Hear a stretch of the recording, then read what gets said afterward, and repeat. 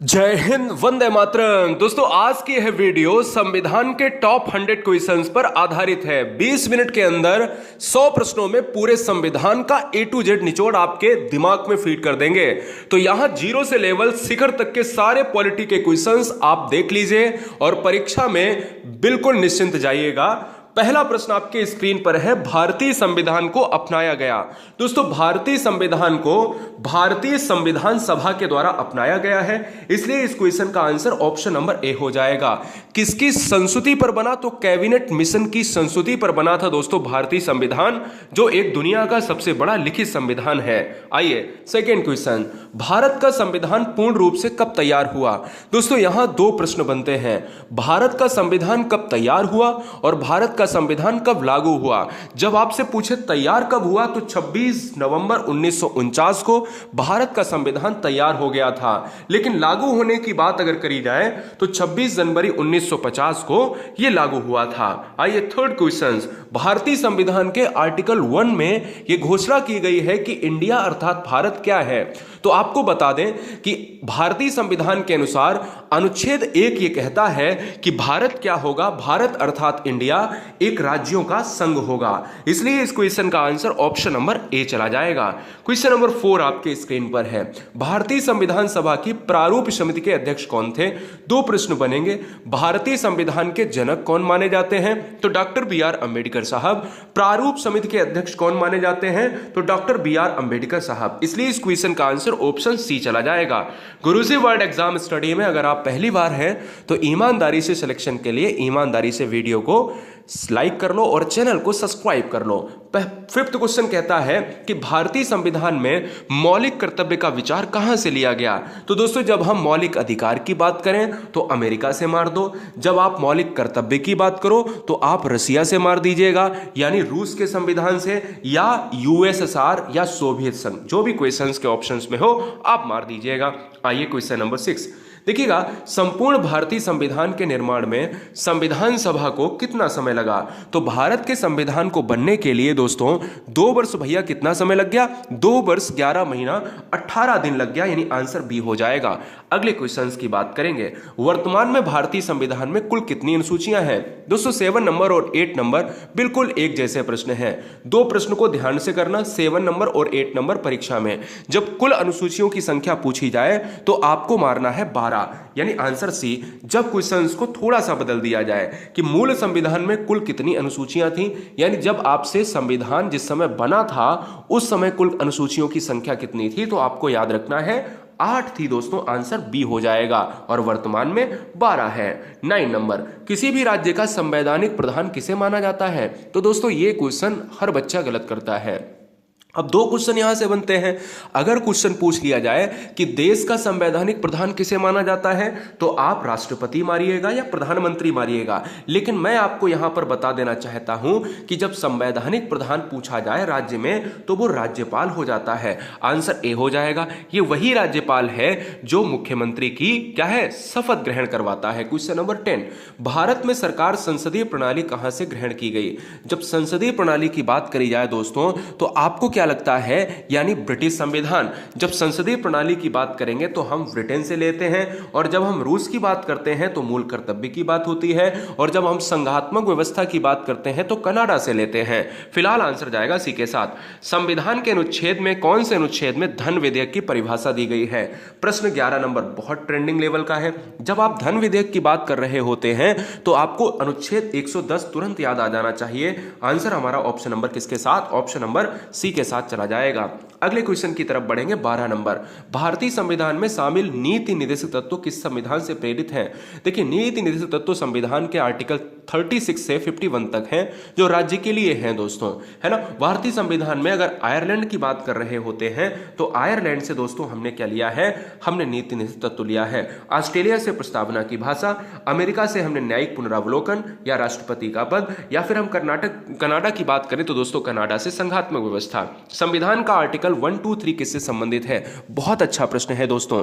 जब आर्टिकल 1, 2, 3 की बात करेंगे तो आपको राष्ट्रपति के अध्यादेश का नाम तुरंत याद आ जाना चाहिए, और ये क्वेश्चन एग्जाम में कई सालों से ट्रेंड हो रहा है। आइए क्वेश्चन नंबर 14 देखिएगा, संविधान के किस भाग में संविधान संशोधन की प्रक्रिया का उल्लेख है? देखिए, जब आर्टिकल पूछा जाए तो आप 368 मारिए। जब यह पूछा जाए संविधान संशोधन किस देश से लिया है तो दक्षिण अफ्रीका मारिएगा। जब यह पूछा जाए कि संविधान संशोधन का उल्लेख कौन से भाग में है तो भाग 20 मारिएगा। अगला प्रश्न 15 नंबर कहता है कि 42वें संविधान संशोधन द्वारा प्रस्तावना में निम्नलिखित में किस शब्द को जोड़ा गया?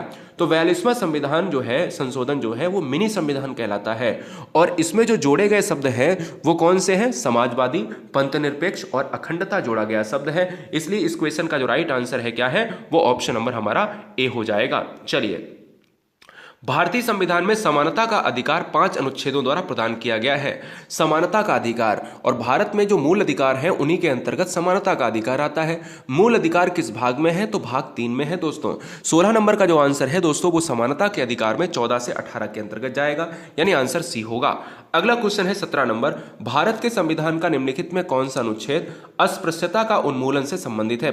कई बार एग्जाम में जब क्वेश्चन थोड़ा सा कठिन पूछा जाता है तो यह प्रश्न आपको देखने को मिलता है। जब अस्पृश्यता पूछा जाए तो आपको याद भी करा देता हूं, अस्पृश्यता यानी सा है, और सा से आपको 7 याद रखना है, यानी आर्टिकल 17, ठीक है ना। चलिए, भारतीय संविधान सभा के प्रथम दिन का अधिवेशन जो है किसकी अध्यक्षता में किया गया था? तो आपको बताएं कि अस्थायी अध्यक्ष जो चुने गए थे वो सच्चिदानंद सिन्हा चुने गए, और स्थायी अध्यक्ष 2 दिन बाद ही जो है राजेंद्र प्रसाद चुन लिए गए। लेकिन जब प्रथम अधिवेशन की बात, यानी प्रथम दिन के अधिवेशन की बात, तो वहां पर अस्थायी अध्यक्ष काम कर रहे होते हैं, तो डॉक्टर सच्चिदानंद सिन्हा इस क्वेश्चन का आंसर ऑप्शन नंबर डी के साथ जाएगा। 19 नंबर आपके स्क्रीन पर है, भारतीय संविधान का कौन सा भाग संविधान की आत्मा कहलाता है? प्यारे, संविधान की आत्मा यानी प्रस्तावना प्रियम्बल कहलाता है। हम भारत के लोग भारत को संपूर्ण प्रभुत्व संपन्न समाजवादी, है ना, यही तो ना दोस्तों। इस क्वेश्चन का जो आंसर है वो ऑप्शन नंबर जाएगा बी के साथ। अगला क्वेश्चन है, भारतीय संविधान में प्रस्तावना की अगर बात ही हुई है तो जान लीजिएगा, प्रस्तावना को ही उद्देशिका कहा जाता है या प्रियम्बल कहा जाता है इंग्लिश में। अब तक कितनी बार संशोधन किया जा चुका है? तो दोस्तों अभी तक 1 बार संशोधन हुआ है, यानी आंसर ए जाएगा। डॉक्टर BR अंबेडकर द्वारा निम्नलिखित में कौन सा अनुच्छेद संविधान का दिल और आत्मा कहलाता है? संविधान का दिल और आत्मा दोस्तों आर्टिकल 32 कहलाता है। यह अनुच्छेद 32 दोस्तों संवैधानिक उपचारों का अधिकार है। जब किसी के अधिकारों का हनन हो रहा होता है तो वो हाई कोर्ट या सुप्रीम कोर्ट में जा सकता है। आंसर डी हो जाएगा। अगला प्रश्न है 22 नंबर, भारत के संविधान की प्रस्तावना में समाजवादी और धर्मनिरपेक्ष शब्दों को जोड़ा गया था। दोस्तों अगर हम बात करें समाजवादी, धर्मनिरपेक्ष जैसे शब्दों को कब जोड़ा गया, तो हम ये कहेंगे दोस्तों, क्या हम कहेंगे यहां पर 42वां संविधान संशोधन जो मिनी संविधान है। आंसर जाएगा बी के साथ। अगला क्वेश्चन है 23 नंबर, स्वतंत्रता के पूर्व के दिनों में प्रारंभ में किसने संविधान निर्मात्री सभा का विचार प्रस्तुत किया था? तो हम अगर कहें कि स्वतंत्रता के पूर्व के दिनों में प्रारंभ में जो संविधान सभा का विचार था वो किसने किया था? MN रॉय ने दोस्तों। MN रॉय इस क्वेश्चन का आंसर ऑप्शन नंबर ए में है, तो MN रॉय लॉक हो जाएगा। प्रथम भाषाई राज्य किसे बनाया गया था? प्रथम भाषाई राज्य आंध्र प्रदेश को बनाया गया था। कब बनाया गया था? 1953 में दोस्तों इसको बना दिया गया था। और 2014 में 2 जून 2014 में क्या हुआ? आंध्र प्रदेश से तेलंगाना भी अलग हो गया था। भारत के संविधान में मौलिक अधिकार दोस्तों, मौलिक अधिकार की अगर हम बात कर लेते हैं तो जो मौलिक अधिकार हैं वो जो है 3rd भाग में आते हैं। अगर आप मौलिक अधिकार को देखते हैं तो आप किस ऑप्शन के साथ जाएंगे? तो हम कहेंगे दोस्तों ऑप्शन नंबर ए, यानी मूल संविधान का हिस्सा था, यानी इस क्वेश्चन का आंसर ऑप्शन ए जाएगा।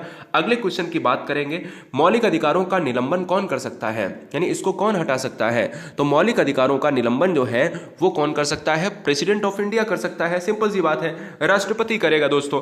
अगला प्रश्न आपके स्क्रीन पर है, भारतीय संविधान के अंतर्गत मूल अधिकारों का संरक्षक कौन होता है? अब हटाने की अगर बात करें तो आप देखिएगा राष्ट्रपति हटा सकता है, प्रेसिडेंट हटा सकता है, लेकिन इसका संरक्षक कौन होता है? तो न्यायपालिका है दोस्तों, यानी ऑप्शन सी जाएगा। भारतीय संविधान का कौन सा अनुच्छेद छुआछूत उन्मूलन से संबंधित है? छुआछूत उन्मूलन से कौन सा संविधान जो है आर्टिकल जो है संबंधित है? तो हमने कहा दोस्तों जब हम अस्पृश्यता अध्यक्षता की बात करते हैं, जब हम आर्टिकल 17 की बात करते हैं, 17 की बात करते हैं, तो छुआछूत उन्मूलन से संबंधित है।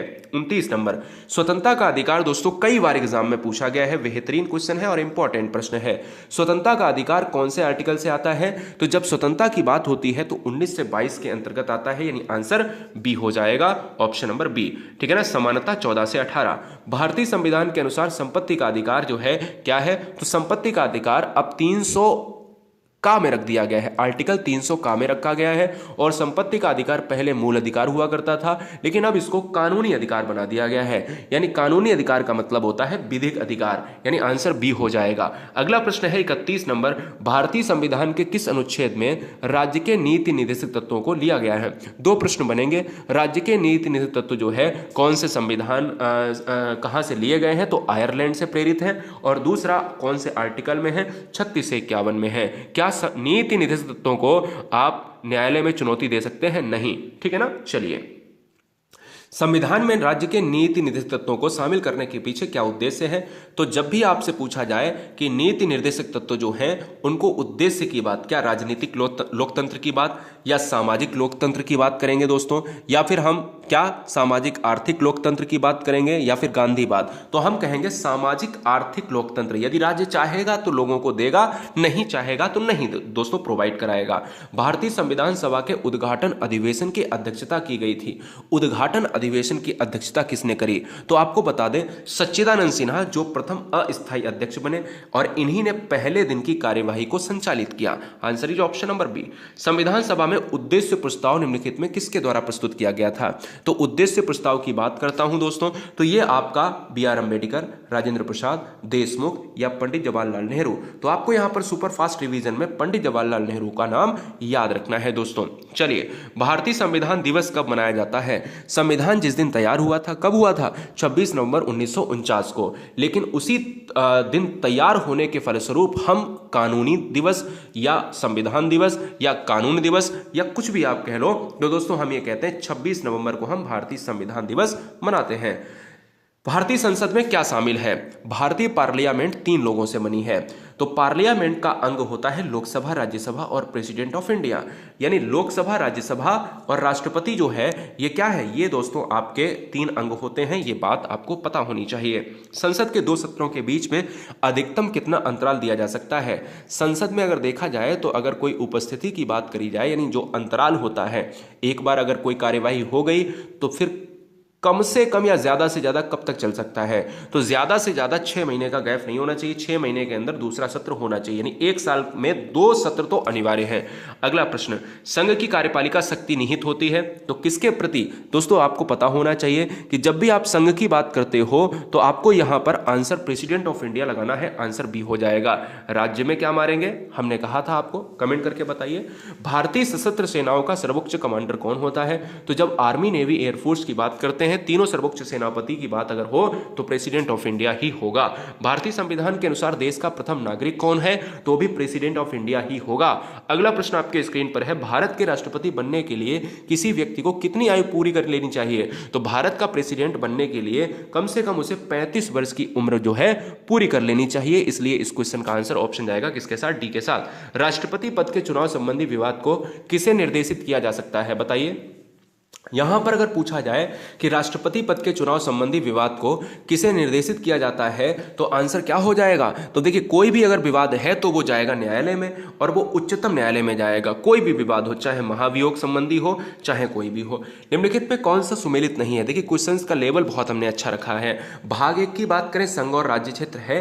भाग 2 में नागरिकता है। भाग 3 में भाई नीति निर्देशक तत्व कैसे हो सकते हैं? भाग 3 इस क्वेश्चन का यहां पर आंसर होगा, क्योंकि ये आपका फंडामेंटल राइट्स हैं, ना कि नीति निर्देशक तत्व। तो यहां पर भाग 3 में मूल अधिकार हैं और यहां पर दे रहा है नीति निर्देशक तत्व, यही सुमेलित नहीं है। तो आंसर हो जाएगा ऑप्शन नंबर सी, ठीक है ना।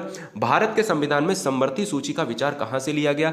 तो समवर्ती सूची का जो विचार है दोस्तों वो लिया गया ऑस्ट्रेलिया से लिया गया है, आंसर इज सी हो जाएगा। 7वीं अनुसूची का संबंध किससे है? देखिएगा, जब भी आप 7वीं अनुसूची की बात करते हो तो आप देखिएगा जो भी राज्य और केंद्र के मध्य जो विवाद विवादों का शक्तियों का बंटवारा होता है, उनमें विवाद होते हैं, उन चीज़ों पर डिपेंड करती है ये अनुसूची। तो केंद्र और राज्यों के मध्य जो शक्तियों का विभाजन है कि भाई कितने विषय तुम्हारे अंतर्गत आएंगे और कितने विषय हमारे अंतर्गत आएंगे। चलिए, निम्नलिखित में कौन सा सदन का सदस्य हुए बिना इसके अध्यक्ष के रूप में कार्य कर सकता है? बड़ा अच्छा प्रश्न है। यह प्रश्न काफी बार एग्जाम में ट्रेंड हुआ है। देखिए, जो वाइस प्रेसिडेंट ऑफ इंडिया होता है, भारत का उपराष्ट्रपति होता है, ये राज्यसभा के पदेन सभापति होता है, लेकिन ये राज्यसभा का अध्यक्ष नहीं होता, लेकिन इसके सदस्य बिना रहते हुए भी ये कार्य कर सकता है, इसलिए प्रेसिडेंट ऑफ इंडिया नहीं, वाइस प्रेसिडेंट ऑफ इंडिया होगा। आंसर इज बी हो जाएगा। राष्ट्रपति आंग्ल भारतीय समुदाय के कितने प्रतिनिधियों को लोकसभा में मनोनीत करता है? तो दोस्तों कुछ चेंजेस हुए हैं, लेकिन ऐसा क्वेश्चन अभी देखा जा रहा है। तो आंग्ल भारतीयों की बात करें तो वहां पर आपको 2 मार देना है। अगला प्रश्न है, लोकसभा में आंग्ल भारतीय समुदाय 2 सदस्यों को मनोनीत करने की शक्ति किसके पास है? तो क्वेश्चन को घुमा के पूछ लिया दोस्तों। तो यहां पर प्रेसिडेंट ऑफ इंडिया, सिंपल सी बात है, क्योंकि जब यहां क्वेश्चन में राष्ट्रपति की बात कर रहा है तो 2 करता है, तो यहां क्वेश्चन को ऊपर कर दिया भैया, ऑप्शन को नीचे कर दिया, है ना, सिंपल सी बात है। राज्यसभा के चुनाव हेतु जो है निम्नलिखित में कम नहीं होनी चाहिए, यानी कौन सी एक आयु है जो राज्यसभा के सदस्य के लिए भाई एक उम्र होनी चाहिए? बताइए कौन सी? अगर हम बात करते हैं राष्ट्रपति तो 35, अगर हम राज्यसभा तो 30, है ना, आंसर सी हो जाएगा। अगला, राज्यसभा के सदस्यों का कार्यकाल कितने वर्ष का होता है? कमेंट कीजिएगा। राज्यसभा के सदस्यों का कार्यकाल दोस्तों होता है 6 वर्षों का होता है, और लोकसभा का 5 वर्षों का होता है। हाँ, एक चीज और आपको बता दें, लोकसभा निम्न सदन है, राज्यसभा उच्च सदन है। लोकसभा भंग हो सकती है, राज्यसभा को कोई भंग नहीं कर सकता है। आंसर हमारा डी होगा।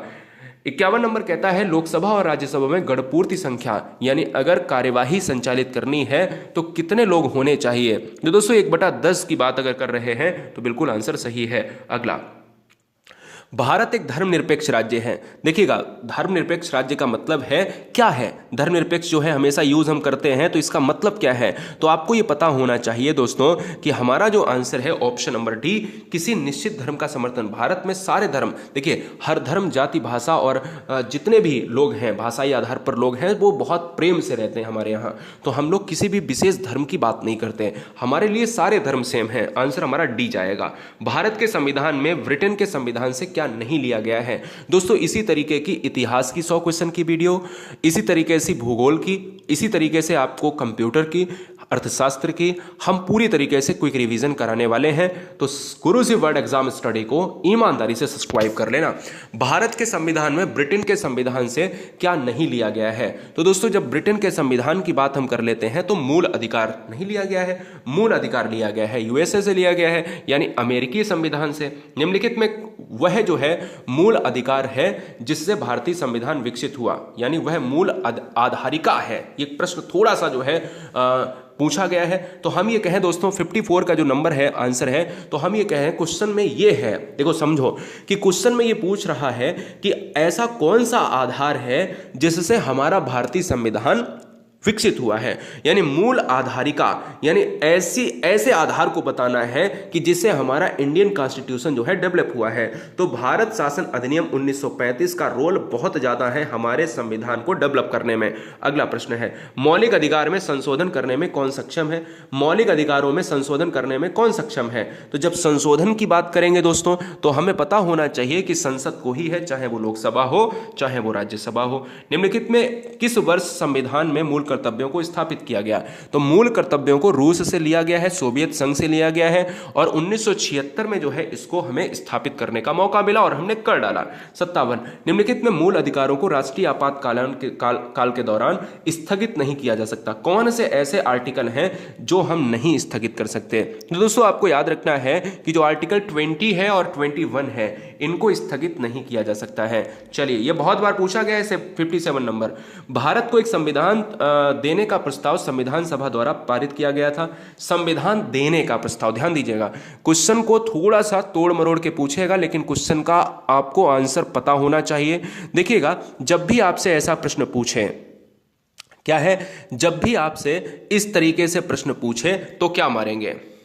तो इस क्वेश्चन का आंसर कभी भी 1946 या 1949 नहीं पड़ेगा। 1947 22 जनवरी 1947 को संविधान देने का प्रस्ताव किया था, ठीक है ना, याद रखिएगा। और यहां पर अगला क्वेश्चन है 59, भारत के राष्ट्रपति की मर्जी तक निम्नलिखित में कौन अपने पद तक रह सकता है।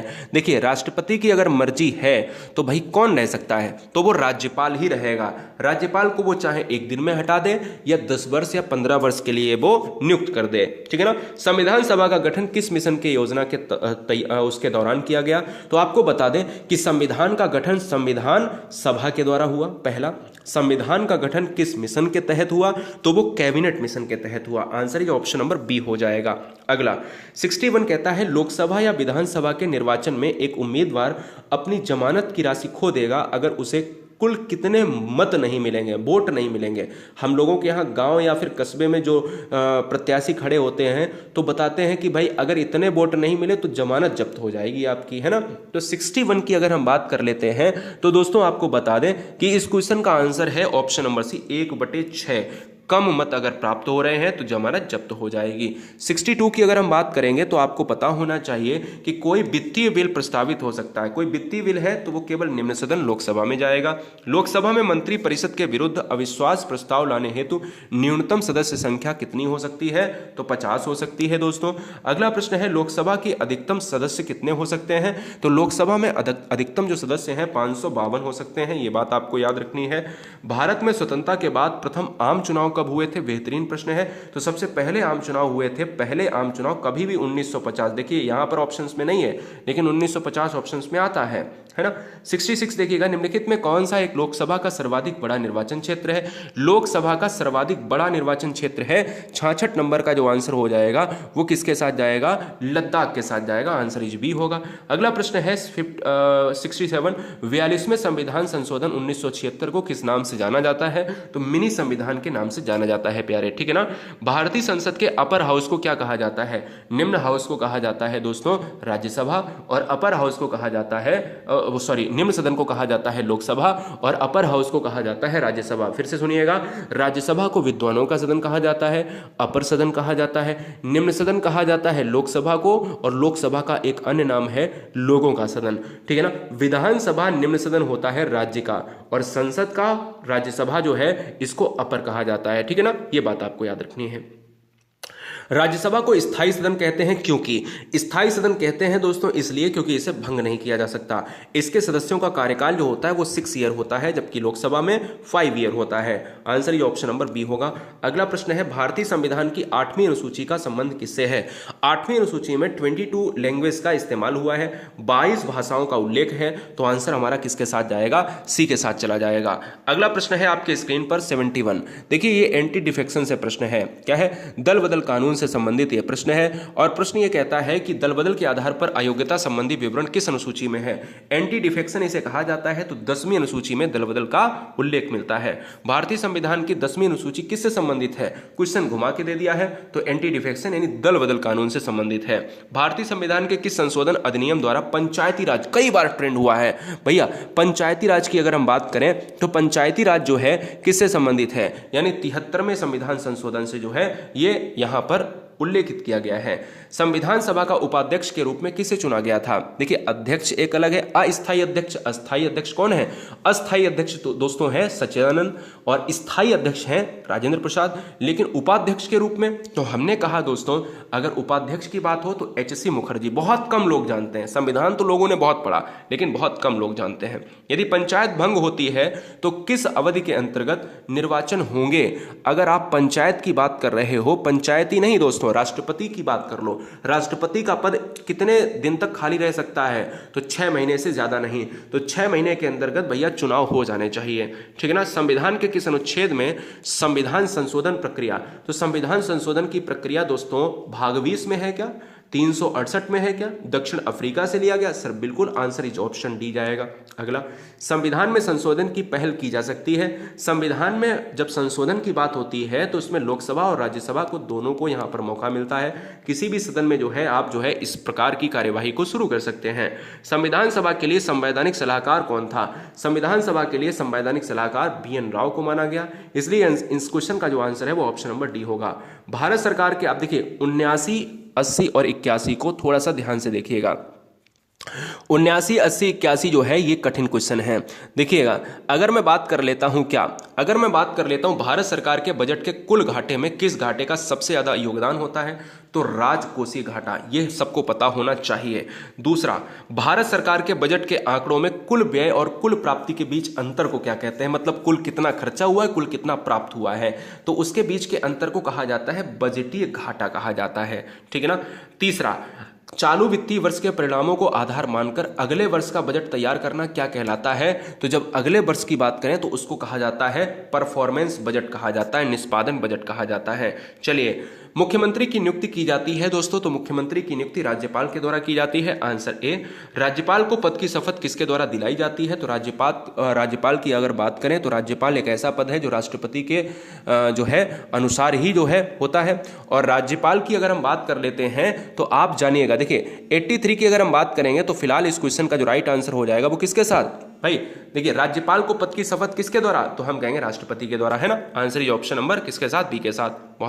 तो भैया राष्ट्रपति ही कर सकता है, कोई इशू नहीं है। किसके महाभियोग के लिए संविधान में कोई प्रावधान नहीं है, महाभियोग के लिए। भाई देखो, राष्ट्रपति एक ऐसा व्यक्ति है जो राज्यपाल को अपने अनुसार रख सकता है, तो भाई महाभियोग राष्ट्रपति के लिए है, ना कि राज्यपाल के लिए है। Answer is option number A.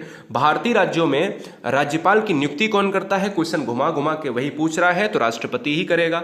6 वर्ष की आयु से 14 वर्ष की आयु के बीच के सभी बच्चों को शिक्षा का अधिकार, अब ध्यान दीजिएगा, शिक्षा का अधिकार जो है वो क्या है, एक फंडामेंटल राइट्स है, यानी हर पेरेंट्स की जिम्मेदारी है कि वो अपने बच्चों को शिक्षित करे, शिक्षा दिलाए, बेहतरीन शिक्षा दिलाए।